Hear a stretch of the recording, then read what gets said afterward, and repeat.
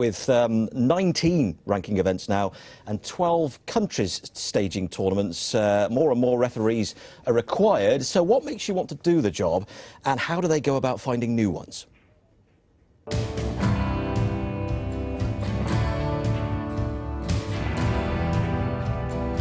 They come to us at the European Tour events to start with generally, so they're already qualified referees from their national governing bodies, their national associations, so they already know what they're doing, certainly from a basics point of view. And then we can identify them after watching them for a few matches. We know the ones to look at, we know the ones that have sort of got a little bit of natural ability about them and can follow the game very well. And we spend a bit more time with them and try and bring them along into our way of doing things. I started watching snooker when I was 13, but we didn't have any snooker tables in my hometown. So a few years later, when I moved to Sofia, I took a course and I just became a referee.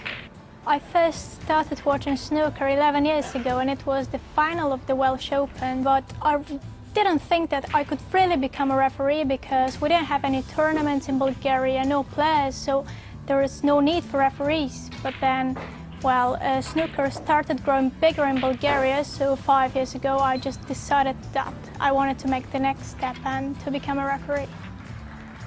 Some of the bigger names in the sport do play on the back tables, you know, they're not in the limelight. And that's a good chance for the up-and-coming referees to get the experience of refereeing those, but not putting them out in front of 1,000 people, you know, which can put them under a bit of pressure. Discipline, concentration, it's not just on the table, it's things that come off the table. You're on time, you dress smart, you set your table up on time, you find your players. Discipline, discipline, that's what we drum into them all the time. And when they're on the table, it's the same again. Discipline, concentration, not having your mind wander, because it is a pressure job. I mean, the ultimate aim is that no matter who the player is or what the event, they get refed the same way, whether it's me, Jan, or a new one that's just come through. We want everything to be consistent. It's such a buzz, you know. I mean, I did the final at this venue in 2002 when Paul Hunter won it. But yeah, any big final is massive. I mean, the Crucible's the one, obviously.